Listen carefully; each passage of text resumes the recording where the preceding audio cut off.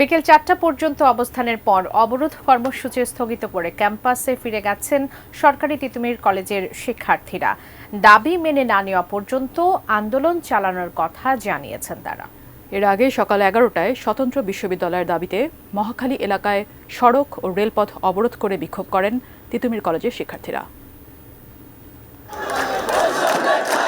স্বতন্ত্র বিশ্ববিদ্যালয়ের দাবিতে সকাল থেকে মহাখালী এলাকায় অবস্থান নেন সরকারি তিতুমির কলেজের শিক্ষার্থীরা।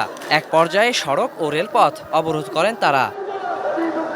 এতে মহাখালী সহ আশেপাশের এলাকায় সৃষ্টি হয় তীব্র যানজটের। পুলিশ ও সেনাবাহিনীর বারবার চেষ্টার পরও অনড় অবস্থানে থেকে বিক্ষোভ করতে থাকেন শিক্ষার্থীরা। দাবির অধিভুক্ত হওয়ার পর এখানে আরও সমস্যা বৃদ্ধি পাচ্ছে, যেমন হচ্ছে পরীক্ষা দেওয়ার 8-9 মাসের মধ্যে রেজাল্ট দেওয়া, রুটিনের মধ্যে গরমিল, এরপর হচ্ছে সেশন জট, বিভিন্ন সমস্যার কারণে হচ্ছে আমরা এখান থেকে বেরিয়ে আসতে চাই। ব্রেকফাস্ট, টিফিন কিংবা স্ন্যাক টাইমে মজাদার আয়োজন মানে অল টাইম ব্রেড। আমরা চাচ্ছি 7 কলেজ থেকে আলাদা হয়ে আমরা একটা পূর্ণাঙ্গ পাবলিক বিশ্ববিদ্যালয় হতে। 7 কলেজের সঙ্গে ঢাকা বিশ্ববিদ্যালয় অধিভুক্ত না থেকে বিশ্ববিদ্যালয় গঠনে কমিশন গঠনেরও দাবি তোলেন আন্দোলনকারীরা।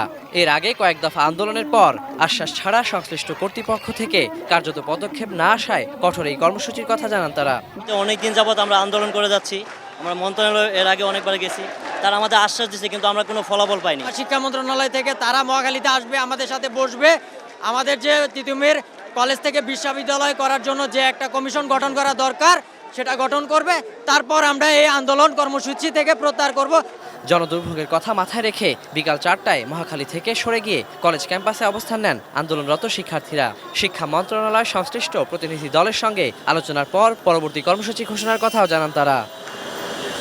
Waliur Sakib, ATN news, Dhaka.